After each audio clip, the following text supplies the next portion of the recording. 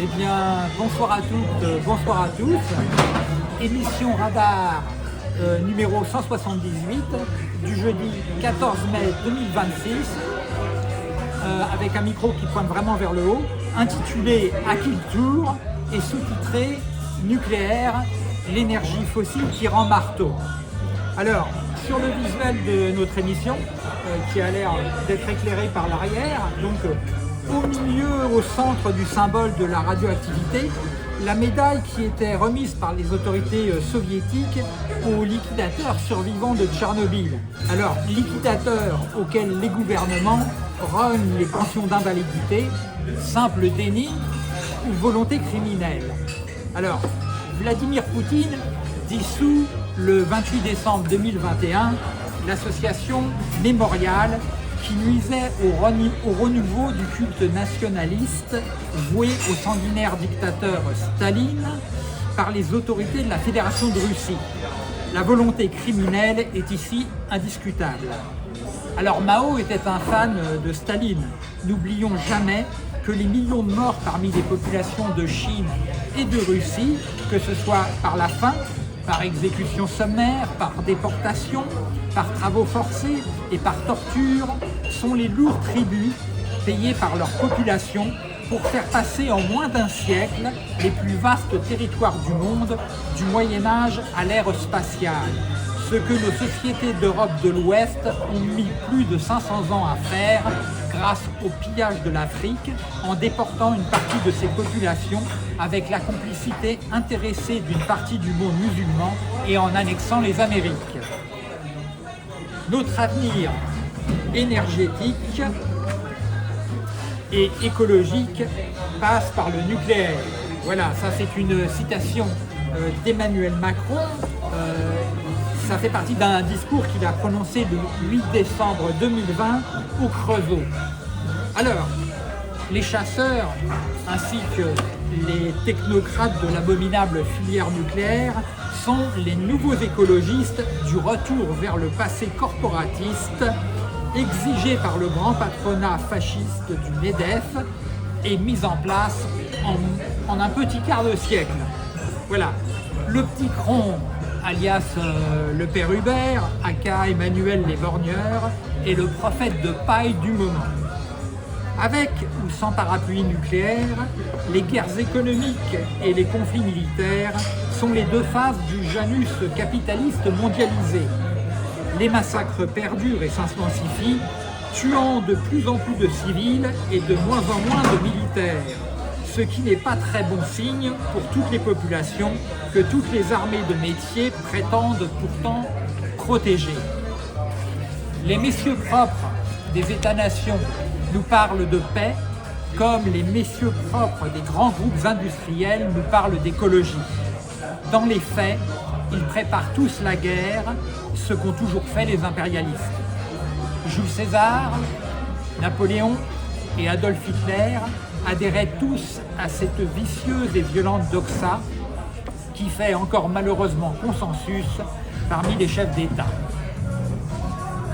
Avec le recul du temps, si l'on observe attentivement les variations démographiques humaines, on peut s'apercevoir que la grippe espagnole a tué plus que la Première Guerre mondiale, que la catastrophe nucléaire perpétuelle de Tchernobyl, avec plus d'1 million de victimes, n'a pas fini de tuer, elle qui a fait tomber le mur de Berlin et l'Empire soviétique. Il y a fort à parier qu'elle continuera de tuer longtemps après que la Fédération de Russie ne sera plus qu'un lointain souvenir. Voilà pourquoi les médias de masse préfèrent la loupe déformante de l'actualité aux jumelles de l'information. Parce que l'actualité est immédiate, elle permet plus aisément la désinformation, que celle-ci soit voulue ou non. Car la collecte des informations au sujet d'un événement récent, quel qu'il soit, se fait grâce à un nombre réduit de sources. Et l'analyse des causes et des conséquences des faits relatés, par simple manque de temps, donc de recul, ne peut être que sommaire. Sans réelle volonté de mentir ou de tromper, les rédactions des médias de masse, par simple nécessité économique, veulent préserver, voire augmenter leur audience afin d'accroître la manne publicitaire de leurs annonceurs. Elles privilégient donc l'actualité à l'information.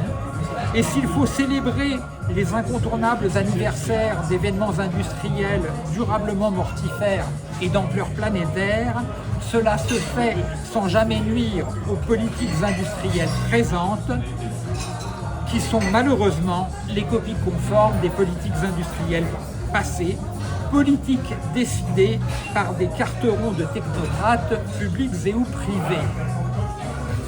La célébration médiatique des 40 ans de l'explosion du réacteur RBMK numéro 4 de la centrale nucléaire Lénine le samedi 26 avril 1986 à 1h23 et 45 secondes, heure locale, n'a pas échappé à la logique commerciale des médias de masse. Le choix des mots devait obligatoirement s'accompagner d'une absence de photographie choquante. Ces choix éditoriaux effectués dans le cadre de cette célébration sont d'une importance vitale pour tous les industriels de l'abominable filière nucléaire onusienne et pour tous les états-majors politiques et militaires. Et là, je vais boire un petit coup, excusez-moi. À la tienne, Roger. Je te remercie Marc, je te remercie Fabrice, je te remercie Bruno qui sont là, donc ils sont dans le track, vous ne les voyez pas encore, enfin vous ne voyez pas encore Fabrice qui va intervenir tout à l'heure. Et notre ami Pierre Merechkowski va revenir aussi. Nous, on est dans les coulisses. Voilà, oui, c'est les coulisses de radar. Donc il laisse le bavard Roger Nimmo faire son numéro. Celui qu'on appelle le muet. Voilà, celui qu'on appelle le muet. Alors, on omettra donc d'écrire que les 3 autres réacteurs RBMK, identiques à celui qui a explosé en avril 1986, sont des réacteurs à eau bouillonnante sans enceinte de confinement. On oubliera aussi de préciser que la centrale nucléaire Lénine avait pour finalité, non pas la production d'électricité, mais la génération de plutonium-239 par capture de neutrons par des noyaux fertiles d'uranium-238. Le plutonium-239 est la matière première indispensable de tous les arsenaux thermonucléaires. Donc, en l'occurrence, indispensable à l'époque des faits aux arsenaux de l'Union des républiques socialistes soviétiques, dont l'Ukraine était une des républiques. Alors, les 3 autres réacteurs nucléaires de la centrale Lénine sont restés en fonctionnement jusqu'au 15 décembre 2000, avec pour seule modification technique par rapport à feu le réacteur nucléaire numéro 4, le remplacement des lents servomoteurs des barres de contrôle par des servomoteurs plus musclés et plus rapides. Alors ces modifications sont effectuées avec l'aval de l'Agence internationale de l'énergie atomique et la complaisante complicité contractuelle de l'Organisation mondiale de la santé. Au pays le plus nucléarisé du monde, au pays du commissariat à l'énergie atomique et aux énergies alternatives. Alors, véritable État dans l'État, au pays où plus de 3 millions de personnes dépendent de médicaments à base de lévothyroxine, au pays où l'âge moyen des réacteurs nucléaires en activité est de 40 ans, les médias de masse ont le devoir de se montrer rassurants. Des récits doivent conduire le lecteur à accepter une réalité éditoriale de substitution.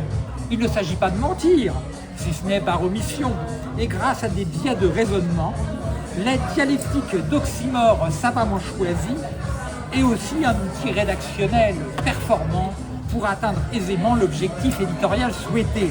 Je vais, pour illustrer mon propos, commenter des extraits d'un article paru le 25 avril 2026 sur Sled.fr. Alors, Sled.fr propose, en accès libre et gratuit, des analyses, chroniques, enquêtes, dessins, photographies et vidéos qui mettent en perspective et éclairent faits d'actualité et phénomènes de société. Alors, Sled.fr est une entreprise indépendante fondée entre autres par Jacques Attali et Jean-Marie Colombani.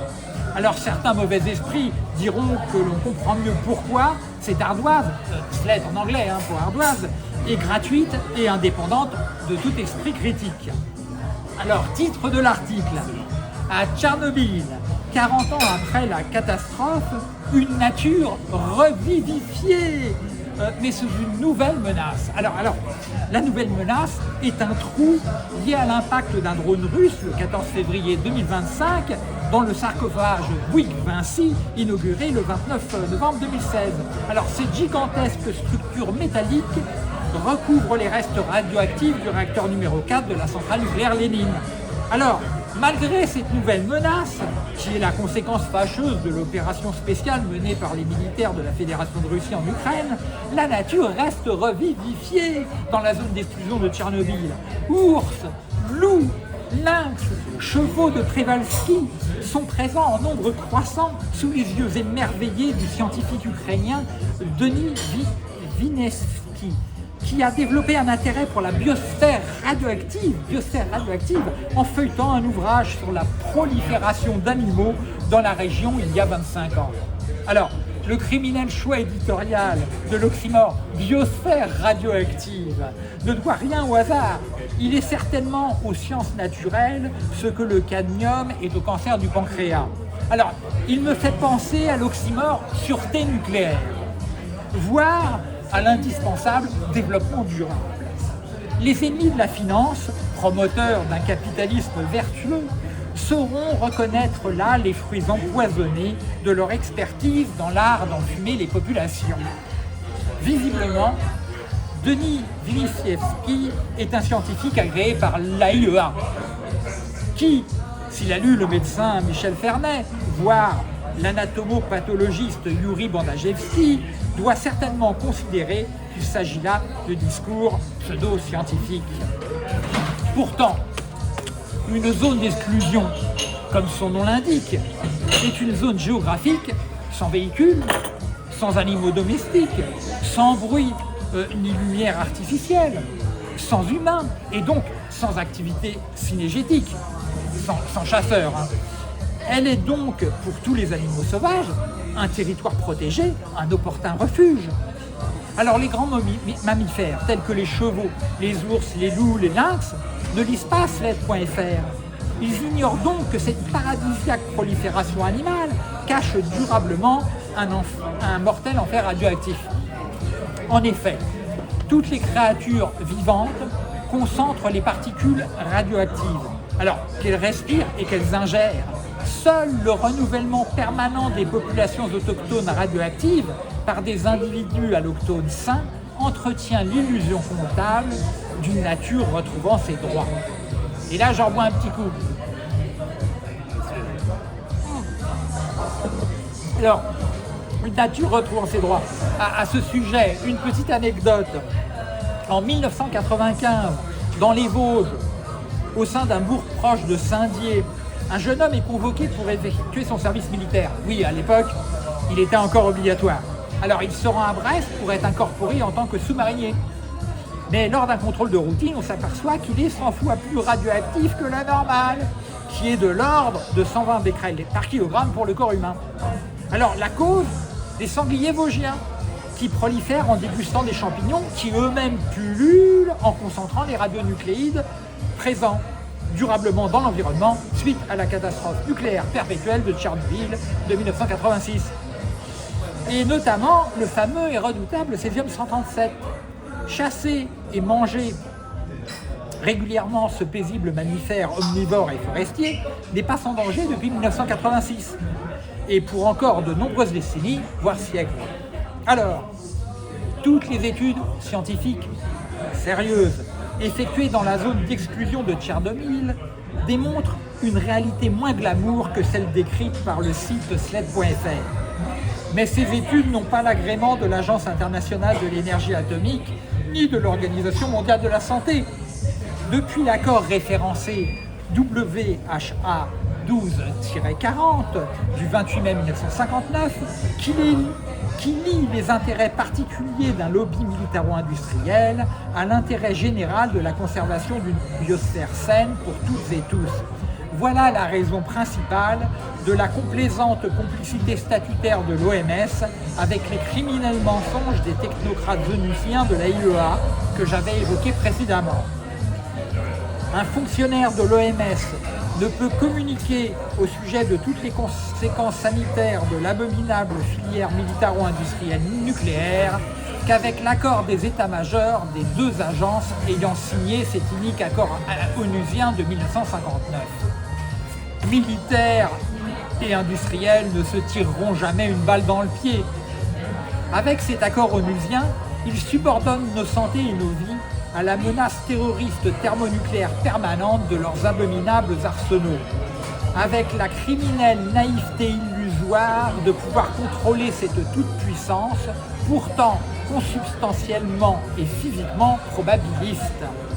Qu'il s'agisse de Trump, de Poutine ou de Xi Jinping, ce sont tous de dangereux fossiles complètement marteaux. Voilà, pour en revenir au sous-titre de notre émission. Le nucléaire, une énergie fossile complètement marteau. Alors, la priorité onusienne reste donc d'agir statutairement en faveur de l'augmentation de la contribution de l'énergie atomique à la paix, la santé et la prospérité dans le monde entier. Comme cela est de notoriété publique en Ukraine, au Japon, en Iran et dans le monde entier, quoi, merde. Alors, il y a un peu plus d'un mois, notre actuelle émission Radar ayant été reportée d'une semaine en raison de l'anniversaire du frère de notre ami Marc Gadi, je vous avais parlé de la contamination au cadmium de notre alimentation liée en grande partie à l'épandage d'engrais minéraux phosphatés. Mais j'ai omis de vous dire que, comme dans le cas des trains, et Marc ne me contredira pas vu qu'il est cheminot, donc comme dans le cas des trains, un métal lourd peut en cacher un autre, ou des autres, et que ceux-là peuvent être radioactifs. Alors, à ce vital sujet, je vais laisser la parole à mon ami Fabrice David, qui en connaît un rayon antinucléaire. Bonjour à tous. Alors effectivement, Roger Nimmo a tout à fait raison. Et ces émissions depuis des années, sont absolument indispensables. Et le problème du cadmium est un problème extrêmement important parce qu'effectivement, il est dû essentiellement en France à l'importation d'engrais phosphatés qui contiennent beaucoup de cadmium, et cette importation ne date pas d'hier puisqu'elle date de l'entre-deux-guerres, lorsqu'on a mis en valeur le royaume chérifien qui était alors à l'époque un protectorat français, et un certain nombre de très très grandes fortunes françaises se sont établies, se sont construites sur le commerce de ces phosphates du Maroc, qui malheureusement contiennent du cadmium, mais pas seulement du cadmium, puisque tous les phosphates ont la propriété de précipiter les sels d'uranium. Les meilleurs minerais d'uranium dans le monde sont en particulier des phosphates. Les mines d'uranium les plus concentrées étaient au Canada. C'était en fait des grottes fossiles qui étaient pleines de guano fossiles de chauve-souris et d'os fossiles de chauve-souris. Or, vous savez que les os de notre squelette sont composés essentiellement de phosphate de calcium, mais c'est la même chose pour les chauves-souris. Et ces os qui se sont déposés dans des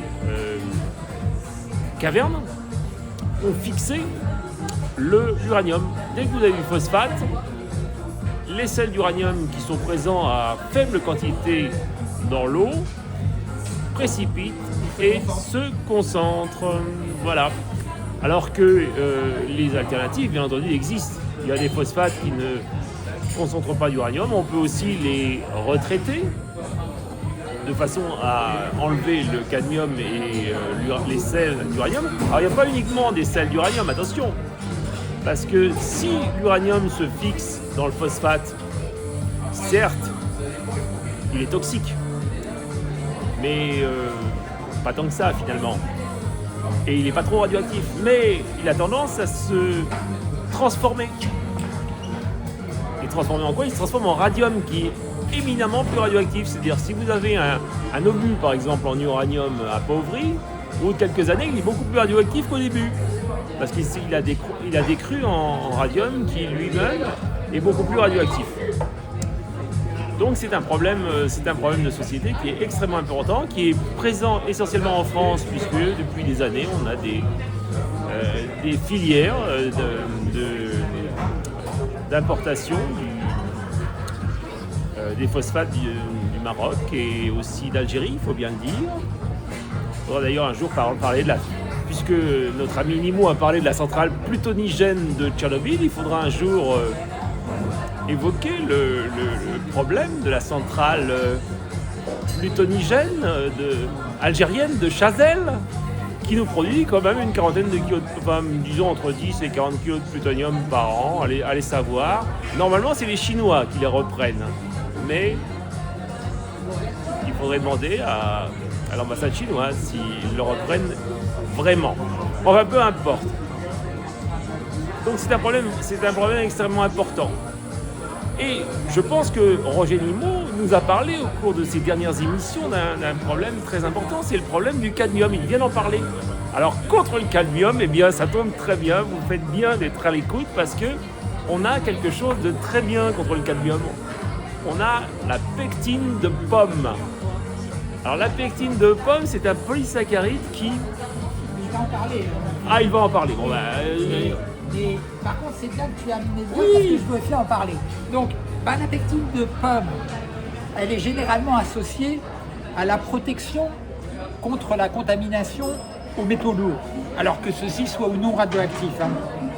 Cela fait partie des protocoles de santé des filières industrielles métallurgiques et nucléaires. Alors, la pectine est une longue chaîne moléculaire qui a la propriété de se lier aux ions positifs des métaux lourds, donc à certains radionucléides, comme le césium-137, qui est un métal soluble dans l'eau. Alors, tout ça, ça se fait au sein du système digestif, ce qui diminue la contamination en favorisant l'élimination des radionucléides par les selles.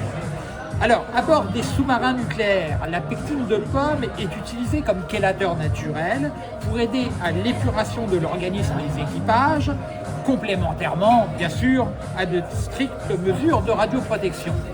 Ainsi, une contamination au cadmium et aux autres poisons métalliques qui lui sont éventuellement associés, contamination constatée par un test urinaire de dépistage effectué par un laboratoire agréé, peut être accompagnée d'une cure de pectine de pomme sous la supervision médicale de votre médecin traitant. En ce qui concerne l'iode, qui n'est pas un métal mais un halogène, celui-ci peut être radioactif en cas d'accident nucléaire. Alors, la seule contre-mesure sanitaire viable contre l'iode radioactif reste la saturation préalable de la glande thyroïde avec de l'iode stable. Alors, généralement, via des comprimés d'iodure de potassium.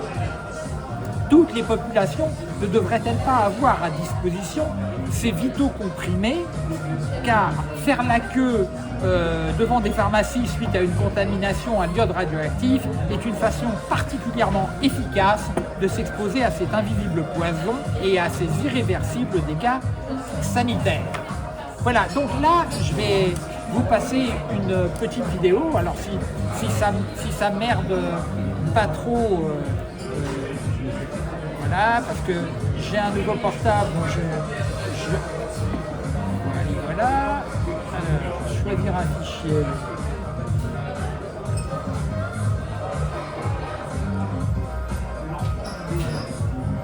On n'a pas l'intention de faire une alliance militaire avec la Chine. On ne fera pas non plus d'alliance militaire avec M. Trump.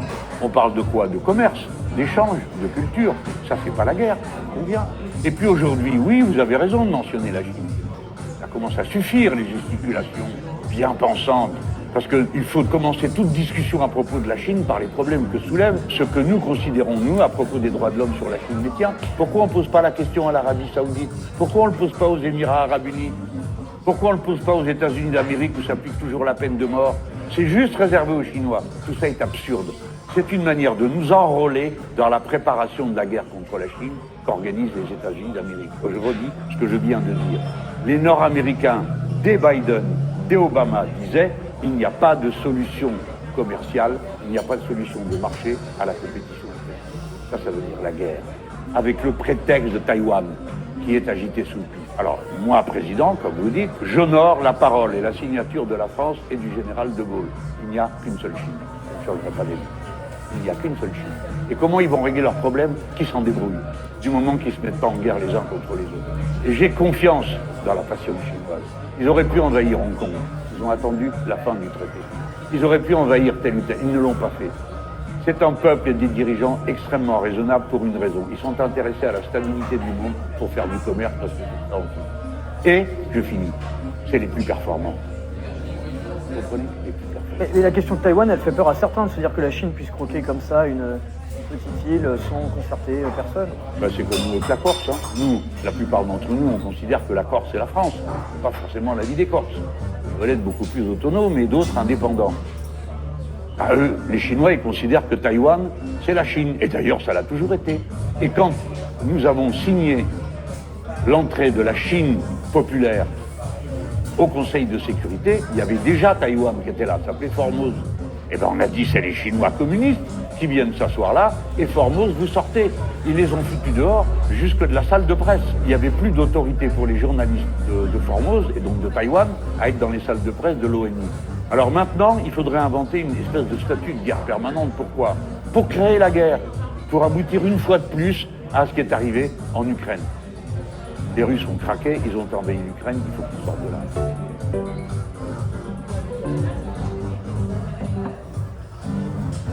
Alors, en 2022, c'était promis juré. Croix de bois, croix de fer, si je mens, je vais en enfer. Hein. Monsieur la République, c'est moi, n'aspirait plus à renouveler sans cesse le même rôle. Ah, il l'avait affirmé, hein. C'était sa dernière candidature.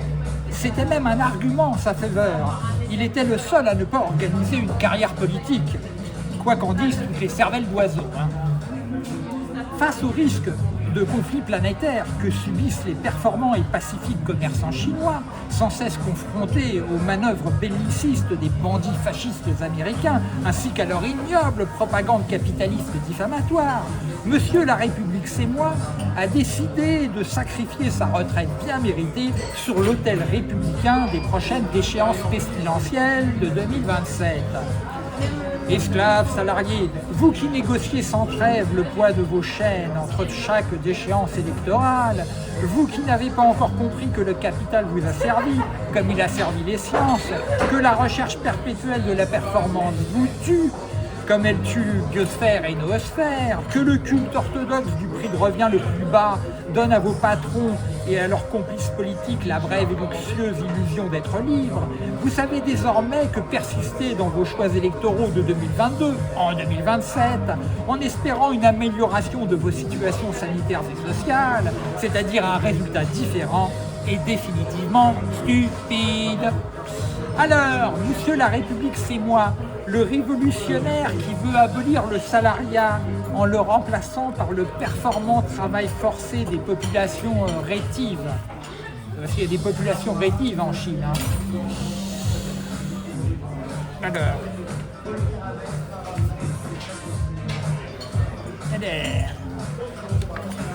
je m'excuse, mais là, j'ai 9. La page 8, je ne sais pas où elle est passée. Alors, attendez, 2 petites secondes. J'ai... Vous faire un truc sur la victime. Non, mais j'ai 7. Eh bien, tout à l'heure, je vous ai parlé de la pectine. Enfin non, c'est Nimo qui nous a parlé de la pectine. Alors la pectine, c'est un truc génial. Comme on vous l'a dit, c'est un polysaccharide. Alors vous allez me dire, la pectine, c'est chiant. Où est-ce qu'on la trouve? On la trouve dans les pommes. Alors vous allez me dire, les pommes c'est chiant, on en a ras-le-bol, on est en printemps, on en a mangé tout l'hiver. C'est chiant, puis c'est cher en plus. Eh ben non, vous avez des pommes comme ça, des petites pommes. Elles coûtent quasiment rien. Et alors, quelque chose qui va vous faire plaisir, c'est que vous pensez déjà à la plage. Vous pensez à votre beach body, bah moi aussi. Moi aussi je pense à mon beach body. Eh bien il se trouve que la méthode David à base de pectine va vous permettre d'obtenir vous aussi un beach body parfaitement, comment dire, sculpté lors de la plage. Alors comment vous faites? En plus, ça va vous protéger contre le cadmium et contre tous les métaux lourds. Comment vous faites? Vous prenez des pommes pas chères, achetez 2 kilos chez Lidl ou chez Aldi. Elles sont un peu acides, vous allez dire. Eh bien, vous n'allez pas les manger comme ça, vous allez les manger en pommes cuites. Alors pour la pomme cuite, il faut enlever les pépins. Parce que les pépins, évidemment, ils sont pleins de cyanure. Alors si vous enlevez le cadmium et que vous gardez le cyanure, ça n'a aucun intérêt. Alors voilà cet outil que j'ai inventé. Mais d'abord, on va écouter Nimo qui a... Voilà cet outil que j'ai inventé. Alors vous prenez un tube en acier, n'importe lequel. Vous l'affûtez à la meule. Et ensuite, vous le chauffez au blanc, vous le trempez en le projetant sur un bloc de plomb ou dans un petit morceau d'étain. Il devient extrêmement dur. Puis vous mettez un manche, par exemple ici c'est un manche que j'ai récupéré sur un fer à souder. Et regardez comment on procède. Ça permet de faire un vide-pomme, vous allez voir. On met ça sur la pomme et hop, regardez. On enlève. Et hop, attention, hop, on éjecte l'intérieur de la pomme. Et ensuite, vous avez une pomme au bout de cet outil que je ne vends pas, mais c'est dommage parce que si j'allais au concours Lépine, eh bien, je peux vous dire que le concours Lépine, eh bien, c'est Bibi, Fabrice David qui le gagnerait. Mais ça existe déjà. Non, cet appareil n'existe pas. Ensuite, vous prenez la pomme, vous la mettez dans un plat à four avec un certain nombre d'autres pommes. Vous mettez de l'eau et dans chaque pomme, vous mettez un petit peu de cannelle pour le goût. Vous allez voir, c'est délicieux. Et vous mettez aussi quelques clous de girofle. Et vous mettez ça au four et vous allez m'en dire des nouvelles. Franchement, la vérité, c'est à mourir. Et ensuite, vous prenez une pomme cuite 20 minutes avant le repas et une pomme cuite en dessert qui va vous couper l'appétit. Et en plus, ça va vous kélater non seulement le cadmium, mais aussi un certain nombre de métaux lourds comme le radium, et ça c'est vachement intéressant. Et en particulier, ça va aussi vous kélater le césium radioactif.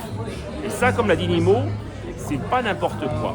Bon, bah, je vous repasse Nimo et ensuite je vous parlerai de l'iode, et vous allez voir, l'iode, c'est un truc super intéressant aussi. Alors, je tiens quand même à dire que une cure de pectine de pomme, ça correspond par jour à l'équivalent, à ce que vous mangez, l'équivalent de 3 kilos de pommes. Voilà, donc il faut en manger des pommes pour arriver à obtenir un effet significatif au niveau physiologique. Donc je 3 disais, kilos de pommes par jour. oui, je disais, Monsieur la République, c'est moi le révolutionnaire qui veut abolir le salariat en le remplaçant par le performant travail forcé des populations rétives au crédit social et aux directives performantes de la République populaire de Chine. Alors pour cet énergumène, 6 ans de répression des populations hongkongaises par la République populaire de Chine ne sont que justes et patientes violences légitimes républicaines. D'après lui, critiquer le régime totalitaire chinois, cela revient à n'appliquer les droits de l'homme qu'aux pétromonarchies confessionnelles telles l'Arabie Saoudite. Alors justement, là ça tombe bien, parce que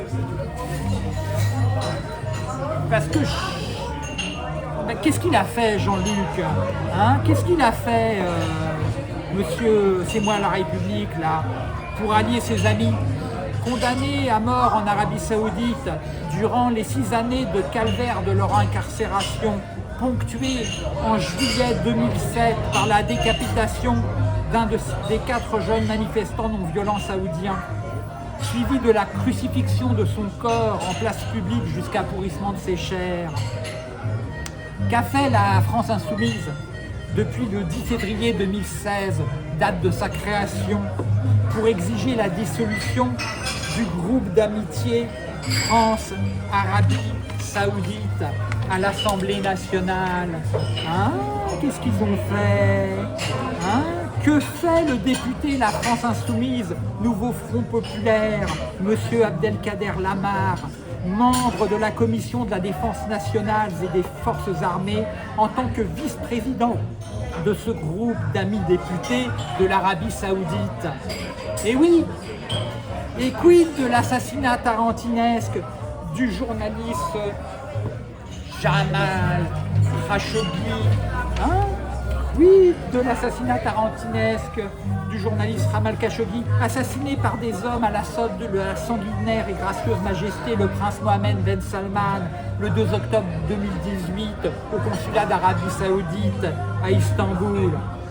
Alors d'après les propos de Monsieur la République, c'est moi, les mineurs et les cervelles d'oiseaux journalistiques peuvent être transformés en carpaccio par les violents nervis d'un prince sanguinaire.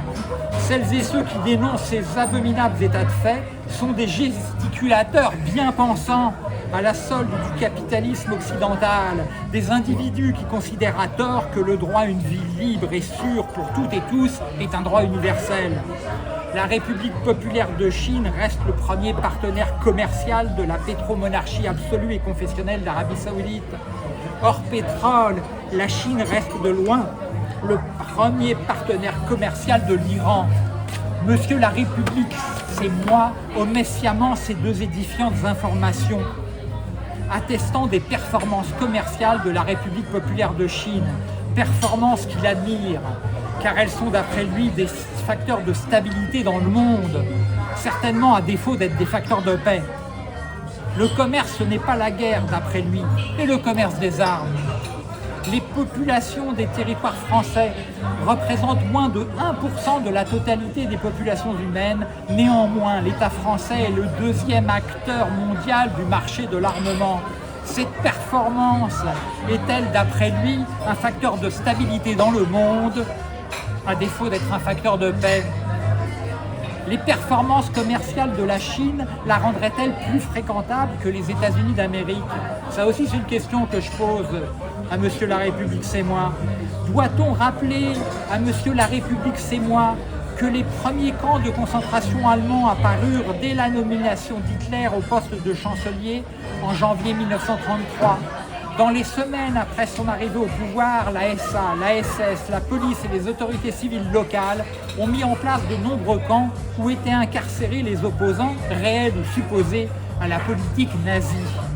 À partir de 2019, année du 70e anniversaire de la proclamation de la République populaire de Chine, des chercheurs australiens ont identifié et cartographié à l'aide d'images satellitaires plus de 380 centres de détention présumés de Ouïghours dans la région chinoise extrême orientale de Xinjiang. D'après leur évaluation, plus d'1 million de personnes, principalement musulmanes, étaient internées dans ces camps.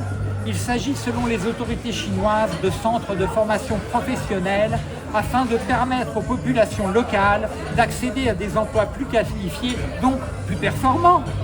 En ce qui concerne la belle île de Taïwan, alors pourquoi est-ce que je dis la belle île de Taïwan? Parce que monsieur la République, c'est moi, se permet de parler de Formose. Et Formose, c'est une déformation du portugais qui veut dire belle île. Eh bien, la belle île de Taïwan, monsieur la République, c'est moi, en fait au pif et en 2 coups de cuillère à peau, la Corse de la République populaire de Chine. Il doit certainement confondre le broche corse avec les wafers taïwanais. Mais assez parlé de ce pathétique pantin patronal. Il s'adresse à nous comme si nous étions des débiles profonds. Il nous ment avec toute la condescendance de son mépris de classe, car il nous prend pour des cons. En ce sens, il est représentatif de l'ensemble de l'actuelle classe politique de la Ve République française. Il est le candidat présidentiel idéal de la gauche électorale nationale, celle qu'aiment le MEDEF, le CEA, la DGA et la FNSEA. Monsieur la République, c'est moi, concède du bout des lèvres que la Fédération de Russie a craqué. Ils ont envahi l'Ukraine. Il faut qu'ils sortent de là. Il faut qu'ils sortent de là. Monsieur la République, c'est moi, a craqué. Que fait-on de la Crimée annexée? Il faut qu'ils barrent de là, comme Jordan? Bien sûr, pas un seul mot au sujet de la radioprotection des populations du pays le plus nucléarisé par tête d'habitants. Il ne faudrait quand même pas fâcher, en tant que candidat monarque autoproclamé, les véritables faiseurs de rois que sont le MEDEF, le CEA, la DGA et la FNSEA.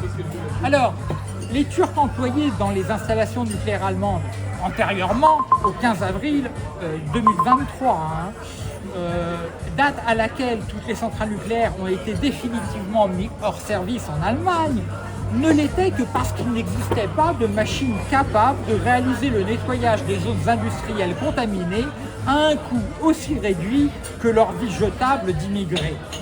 Ces machines polyvalentes et bon marché n'existent toujours pas.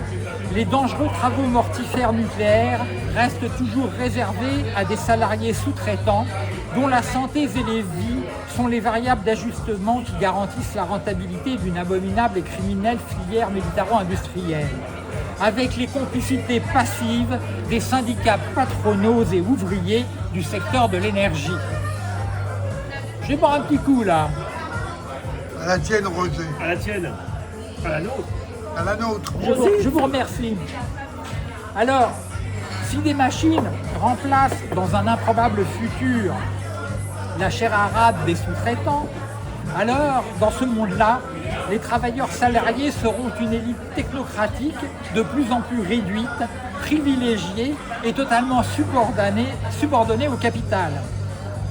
Elle entretiendra les algorithmes de programmation neuronale et le hardware d'infatigables machines, propriété de grands groupes capitalistes, privés et ou publics, prises d'intérêts légaux des partenariats lobbyistes de la gouvernance intergouvernementale de l'Union européenne oblige. Alors, en Fédération de Russie unie, le capitalisme orthodoxe russe embastille un vieux biologiste marin ukrainien de 70 ans, le professeur Leonid Chenikov, arrêté et détenu en Crimée depuis septembre 2025 pour haute trahison. Haute trahison. Alors, cet individu avait rédigé un rapport dans le cadre de la Commission pour la conservation de la faune et la flore marine de l'Antarctique, qui préconisait une mesure éco-terroriste, la limitation de la pêche du krill. Alors, le krill est un petit crustacé des mers froides. Il est naturellement une des principales ressources vitales des grands mammifères marins. Une baleine bleue peut consommer 12 tonnes de krill par jour. Le krill se nourrit de phytoplancton. Il est la source principale de toute la faune de l'écosystème antarctique. Actuellement, cette vitale ressource est pillée par l'industrie agroalimentaire qui le transforme en farines animales. Cette farine de krill est l'aliment principal utilisé par les industriels de l'aquaculture, notamment pour les élevages de saumon, mais elle sert aussi à la fabrication de compléments alimentaires riches en oméga 3. Ce sont 12 à 14 immenses chalutiers russes, norvégiens, chinois, ukrainiens et de Corée du Sud qui pillent les ressources en krill indispensables aux baleines à fanon, aux phoques crabiers, aux manchots, aux oiseaux marins, aux poissons. Chaque année, entre 300 000 et 450 000 tonnes de krill sont pêchées dans l'océan austral. Cette pêche est un véritable crime contre la nature. Les baleines affamées maigrissent, ce qui diminue leur taux de renouvellement. En effet, avec des gestations comprises entre 10 et 16 mois, ainsi que confrontées aux quantités de césium-137 relâchées en mer suite à Fukushima, les baleines qui font des réserves dans les mers froides en été, grâce auxquelles elles arrivent à migrer sur des milliers de kilomètres pour aller s'accoupler dans les mers chaudes en hiver, eh bien, ont de plus en plus de mal à le faire. De plus, suite au dérèglement climatique global, la surface de glace sur l'océan austral se réduit. Et cette glace de surface est indispensable au développement de biofilms de microalgues, nourriture exclusive des larves de krill. Les industriels de l'agroalimentaire, avec la criminelle complicité des États, au nom du capital roi, sont en train de détruire en quelques décennies de fragiles équilibres biologiques résultat de centaines de milliers d'années de coévolution. Ceux qui dénoncent ces crimes contre la vie sont criminalisés et emprisonnés, ainsi que poursuivis en justice. Ces navires font plus de 100 mètres de long. Un seul d'entre eux peut engloutir autant de krill en une journée qu'une centaine de baleines adultes. Parfois, des baleines meurent noyées dans les filets de ces bateaux-usines, car qui dit présence de baleines, dit présence de crime. Qui va mettre fin à ces fascistes comportements capitalistes suicidaires? Certainement pas la République française, qui pratique le terrorisme en plastiquant un navire amarré dans un port étranger parce qu'il abrite des opposants aux pollutions expérimentales nucléaires durables de l'État français en Polynésie. Pendant ce temps-là, les médias de masse nous bassinent avec la désextinction pratiquée par des entreprises adeptes de la soumission technophile qui, armées des ciseaux de découpage génétique CRISPR-Cas9, donc un ARN plus un enzyme, entretiennent le rêve pervers et prométhéen de ressusciter le mammouth laineux. Nos émissions ne sont pas là pour susciter et gérer les angoisses, les peurs, comme le font tous les clergés laïcs et confessionnels. Pour eux, il y a toujours l'aubaine d'une bonne peur. Une peur que l'on peut exploiter médiatiquement, une peur cache-peau, une peur qui permet de mettre en avant les vertus salvatrices de tous les complexes militaro-industriels, le rôle bénéfique des instances internationales, des gouvernements nationaux, de leurs ministres dévoués, de tous ces responsables qui ont le souci permanent de vos santé et de vos vies. Vive le virus des Andes! Grâce à lui, exit la contamination radioactive chronique de la filière nucléaire onusienne, exit la déforestation, exit l'amiante dans les écoles, exit l'empoisonnement chronique aux pesticides, exit la surpêche, exit la consommation de protéines animales, exit les nouvelles mobilités qui envahissent bandes cyclables et trottoirs, exit le violent et polluant monde de la bagnole. La fermeture du détroit d'Ormuz et le virus des Andes sont des actualités. Des symptômes de la lente agonie du capitalisme mondialisé qui, elle, cette agonie, est une véritable information. Il est réellement très rassurant de comprendre que le capitalisme n'a pas besoin des anarchistes pour crever. Le capitalisme destructeur est aussi intrinsèquement autodestructeur. Malheureusement, la mort du capitalisme est précédée par une longue agonie. Le capitalisme entraîne à sa suite des pans entiers des écosystèmes. Les anarchistes n'ont aucun attentat terroriste à commettre pour rater son inéluctable fin. Ils doivent seulement tenter d'imaginer les conditions individuelles et par extension collective d'une viabilité post-capitaliste, donc post-industrielle. Produire moins, beaucoup moins, c'est consommer beaucoup moins et mieux. Mais c'est aussi travailler et polluer le moins possible. Ce sont les seules conditions nécessaires et suffisantes pour passer de l'état survie anxiogène entretenu par tous les bellicistes États-nations à une vie agréable et créative sans l'État, sans frontières et sans gouvernement. La nuit apporte ses conseils uniquement à celles et ceux qui savent encore rêver d'un monde où toutes et tous se garderont de faire à autrui ce qu'ils n'aimeraient pas qu'on leur fasse, un monde où personne n'imposera quoi que ce soit à qui que ce soit. Alors, Pierre, tu voulais parler de M. Pratt, nous lire un texte? Non. Du Festival de Cannes. Oui. Allez, le Festival de Cannes, Pierre, vas-y. Il n'y a qu'à filmer ça. Ah oui, je vous précise que nous sommes en direct de l'Indiana Café de la place de la République à Paris. Et c'est super sympathique. Il y a des... Et qui nous supportent. Et qui nous supportent. Et il y a des très jolies filles. Et puis en plus, on est sur la place de la République. Donc n'hésitez pas à venir à l'Indiana Café et à nous rejoindre parce que c'est la tradition.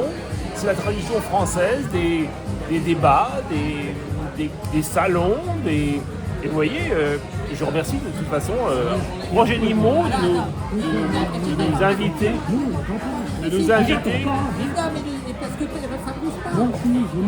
Allez, alors, on va passer la parole à Nimot. Non, mais laisse ça. On va passer la parole à Mais Nimot. c'est incroyable ça. Ah, t'as pas tes lunettes? Non, par contre, t'es pas myope. T'es casse-couille comme moi. Ah, t'es très vite. Ah oui, tu pourras. Il y a 3 jours. Contrairement à la misère intellectuelle des critiques de théâtre en quête de justificatifs, de leur soi-disant recherche de talent, le Théâtre du Soleil, gna gna gna gna gna gna. À propos du Théâtre du Soleil, gna gna gna gna gna gna, mais comme tous les religieux, les rabbins et les imams font et feront tout leur possible pour détruire un État israélien et un État palestinien. Leur but est de contrôler le communautaire. 3 likes, 3 commentaires, voir les statistiques, Roulier, les États, gna gna gna, Olivier, contrôler communauté, gna gna gna, Olivier, choisi, gna gna gna. Alors, Marie-Françoise Lacroix, soulèvement de la terre, policier, 17 gendarmes, mais Pierre Mlaskowski, colonel Fabien, 4 jours. Dans ce cas, pourquoi tu défends le droit bourgeois à Gaza? Le droit bourgeois du travail, le droit bourgeois de la propriété, de la culture, de la voiture privée, de l'armée bourgeoise, de ses flics bourgeois. De là, qui est Roger Nimour. Pierre Mlaskowski a actualisé son statut. Ce contenu n'est pas disponible actuellement. Ce problème vient généralement du fait que le propriétaire de l'a partagé qu'avec un petit groupe de personnes a modifié et tu peux le voir, ou qu'il a supprimé. Un commentaire. Le commentaire suivant. Ce contenu n'est pas disponible actuellement. Ce problème est généralement du fait que le propriétaire ne l'a pas partagé. Personne n'a modifié qui pouvait le voir ou l'a supprimé. Alors, après, ça continue. Je recherche, gna gna gna, traitement des personnes au RSA, ce contenu pareil, ça commence certainement à sentir mauvais. Un peu d'eau. Académie, Rina Assad, Daniel, non, ça on n'en parle pas, demande un conditionné pour nous. Ah, punaise! Guillaume Pilaté, Julien Leguet, porte-parole de Magabacide, réseau d'action, gna gna gna, voir les statistiques. Alors, il y a 351 vues! Eh ben, dis donc! Non, mais non. Tu peux boire un coup, Pierre, quand même, non? Alors, Ah, Rima Hassan, elle s'en avait pris plein la gueule. Je sais pas si vous avez vu, mais Rima Hassan, plein. tu voulais parler de l'iode? Ah oui, alors l'iode. L'iode, parce que là, non. Quelquefois, il m'arrive de plaisanter. L'air marin. L'air marin. Quelquefois, il m'arrive de plaisanter. Je dois dire, je remercie Nimo de m'inviter, parce qu'on n'est pas du tout sur la même longueur d'onde politique. Mais, non, mais c'est vrai, il faut le dire. Mais il faut des gens comme Nimo, et il faut des gens comme moi aussi, il faut bien le dire. Parce que moi, je suis plutôt pour la Mahat. C'est-à-dire, la Mahat, c'est la tradition égyptienne de l'équilibre, qui se fait quelquefois, malheureusement au détriment des libertés individuelles. Oui, alors, donc, parlons de l'iode. Vous allez me dire, ça, c'est la catastrophe. C'est le l'iode de potassium. Vous allez me dire, c'est la catastrophe. Les baleines n'ont plus de krill. On mange du cadmium. On mange aussi du radium. Et on est à la merci d'un accident nucléaire. Et c'est vrai. C'est le titre de l'émission de ce jour. À quel tour, hein? Non, mais je vous rappelle sérieusement que tous les 10 ans à peu près, il y a un accident nucléaire. Hein. Il y a eu l'accident nucléaire de NRX au Canada dans les années 50. Ensuite, à peu près 7 ou 8 ans plus tard, il y a eu l'autre accident d'un réacteur tout près. Et je peux vous dire qu'à l'époque, on n'en a pas trop parlé dans la presse, mais il y avait un futur président des États-Unis qui était un jeune lieutenant qui sortait de l'académie navale d'Annapolis et qui est sorti avec le diplôme d'ingénieur nucléaire. Il s'appelait... Enfin, vous trouverez sur internet son nom. Il est devenu ensuite président des États-Unis.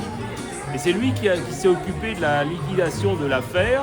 Je peux vous dire, les radioéléments, ils sont toujours dans une tranchée à côté d'Ottawa. Ensuite, quelques années plus tard, on a eu l'accident de Windscale, pas mal non plus dans son genre. Qui est devenu Sellafield, parce que Windscale, ça a commencé à craindre. Et 10 ans plus tard, en même temps quasiment, on a eu l'accident quasiment similaire, mais un peu moins grave, de la pile G1 à Marcoule, qui était l'équivalent de la pile de Windscale, c'est-à-dire c'était une pile à uranium naturel modérée par graphite, refroidie par air. Hein, si vous ne me croyez pas, vous demandez à Grok. Et Grok, je peux vous dire, c'est une super intelligence artificielle. C'est mon copain. Et en plus, il n'est pas bridé comme Gemini, comme ChatGPT, comme machin, qui sont bridés. Dès que vous leur posez des questions un peu vicieuses sur le Covid et tout ça, il dit non, finalement, on peut pas répondre et tout. Tandis que Grok, Très méchant. voilà, Grok, il est cash. Et c'est mon copain Grok. Donc vous pouvez lui poser la question. Et ensuite, on a eu 3 Mile Island, hein, quand même, qui a failli péter, qui a pété grave. Hein. On s'est pris quand même pas mal d'iode dans les naseaux du côté de la Pennsylvanie là-bas. Hein. Syndrome chinois. Hein. Je vous rappelle que la belle, comment elle s'appelait déjà, Jane Fonda dans le film avec le fils de... Enfin bref, vous voyez de quoi je peux parler, elle était adorable avec ça. Jane Fonda qui fumait, elle était adorable, franchement, une femme adorable, la vérité, elle était trop belle. Enfin bref, ils avaient prévu 3 mois avant, ils avaient prévu l'accident de 3 Mile Island, c'était quand même pas mal. Ensuite, 10 ans après, on a eu Tchernobyl, 10 ans après, on a eu quoi, Nimo 10 ans après ouais, on a eu Fukushima. Non, c'est pas 10 ans après, c'est 2 millions. 87 millions. Bah, il y a dû avoir un accident, mais on ne le connaît pas. On a eu en France plusieurs accidents sur la Loire, à Chinon. Et oui, chez Nimo, on lui rappelle qu'on a eu des accidents sur la Loire. Donc en gros, tous les 10 ans, on a un bel accident nucléaire. Alors que vous allez me dire, qu'est-ce qu'on fait? Le krill, il n'y a plus de krill, il y a des accidents nucléaires tous les 10 ans, mais vous pouvez agir personnellement. Eh bien, il suffit d'acheter des pilules d'iodure de potassium, c'est l'ode stable. Ça vous, en cas d'accident nucléaire, ça vous sature la thyroïde. Alors, vous allez me dire, si vous allez en pharmacie, pas de chance pour vous. Si vous demandez de l'iode stable, de l'iodure de potassium, on va vous dire non, c'est pas possible. C'est un réserve stratégique. Avant Fukushima, on voulait l'acheter, après Fukushima, on ne veut plus. Eh bien, nous, à Franconville Écologie, on a pris de l'iodure et on l'a coupé avec un couteau à plâtre, comme des vulgaires dealers qui couperaient leur cocaïne. Et on en a fait des petits trucs comme ça. Je vais en faire un cadeau à Nimo parce que je suis arrivé en retard aujourd'hui. L'iodestat, vous pouvez quand même en acheter, mais il faut passer par des sites allemands. Comment il s'appelle le site allemand? Vous allez voir sur internet, vous demandez à Grok, mon ami, où est-ce que je peux acheter de l'iodure de potassium stable? Et il va vous dire, et vous l'achetez, et vous en achetez plusieurs plaquettes pour votre famille, pour vos enfants, pour vos grands-parents, pour toute la famille. Et on va partir à Nimo. Je vais conclure là-dessus, c'est-à-dire que quand il y aura quand une centrale va péter, parce que le problème c'est plus de savoir si elle va péter, il y aura obligatoirement un réacteur nucléaire qui va péter. Exactement. Alors à ce moment-là, le préfet vous dira de glisser une serpillière sous votre porte et de rester chez vous. Voilà. Et alors à ce moment-là, si vous avez vos pilules d'iodure de potassium, surtout à vos enfants, chacun prend sa pilule pour se saturer la thyroïde, parce que sinon, l'iode radioactif va vous la cramer totalement ou partiellement. Et comme c'est pour ça qu'il y a beaucoup de gens, il y a 3 millions de Français qui prennent des médicaments à base de lévothyroxine, c'est parce que c'est une hormone qui vient se substituer. Et la thyroïde est extrêmement importante dans des équilibres hormonaux. Voilà. Et donc, tous ces millions de Français ont de très graves problèmes dans la vie. Et à un moment, ils se sont retrouvés déjà avec le lévothyrox qui a été changé de formule et après qui n'était plus remboursé. Et donc, c'est un petit peu comme les pensions des liquidateurs de Tchernobyl qui sont rognés, voire parfois supprimés. Voilà, donc il faut ne pas avoir peur de toutes les peurs que les médias, voilà, l'antavirus, mais rigoler. En réalité, le danger nous entoure, mais ça ne doit pas nous angoisser, parce qu'il n'y a aucune angoisse à avoir sur des choses sur lesquelles on n'a pas de prise. Par contre, les choses sur lesquelles on a une prise, c'est ce que l'on mange. Donc on peut arrêter de manger de la viande. Voilà. Et c'est ce que l'on fait. Et ou ce que l'on ne fait pas. Surtout arrêter de manger. Oui, on pourrait arrêter de manger. Et puis les Français, c'est quoi alors? Et de respirer. Non mais c'est quoi les Français? T'as dit les Français. Si, t'as dit les Français. Oui, mais alors bon. c'est quoi les Français? C'est Alors- quoi les Français? Alors, les Est-ce Français, que c'est les Belges? c'est des gens comme toi. Non, c'est pas les Belges. C'est des gens comme Alors toi c'est qui quoi ont- les Français? C'est des gens beaucoup comme mieux toi. que les Belges. C'est des gens comme toi qui ont une carte d'identité française et c'est pas de leur faute. Alors, n'oubliez pas notre prochain rendez-vous mensuel, tourné en direct. Oui, parce qu'on est tourné en direct et diffusé en différé, voilà, pour ne pas avoir de problème de streaming. Donc les Belges sont pas français. Ils ont une carte d'identité belge. Alors, tourner, ah oui, ton identité, elle est sur un papier. Alors pourquoi ils parlent de la francophonie en Afrique et tout? Ils sont défenseurs de la langue française. Alors c'est quoi la langue française? Celle de Alors, celle que tu parles. la langue française, c'est de la langue de veau, parce que les Français sont des veaux. Même ceux qui ne sont pas croyants. Mais alors, les dévots français sont vraiment des veaux. Hein. Alors, on tournera en direct le jeudi 4 juin 2026. Ce sera la 179e émission Radar. Bah ouais, 179e. Et elle sera diffusée en différé comme celle-ci sur nos pages Radar Facebook et YouTube. Bonsoir à toutes, bonsoir à tous. Et merci Pierre. Eh ben, il pleut plus, oui. Et merci Pierre pour ta revue de presse internet. c'est Ça t'a fait pousser énormément Non, alors que je c'était- t'avais reversé un petit verre là. C'était pas Tu aurais pu boire le petit Et verre. surtout, n'hésitez pas à nous rejoindre à Indiana Café de la place de la République. Je vous assure, il y a des très jolies filles. Hein. Très jolies filles. Et jeunes en plus. Et jeunes en plus, parce que j'aime bien les jeunes filles. À vous, Kouliak J. Bonsoir à tous.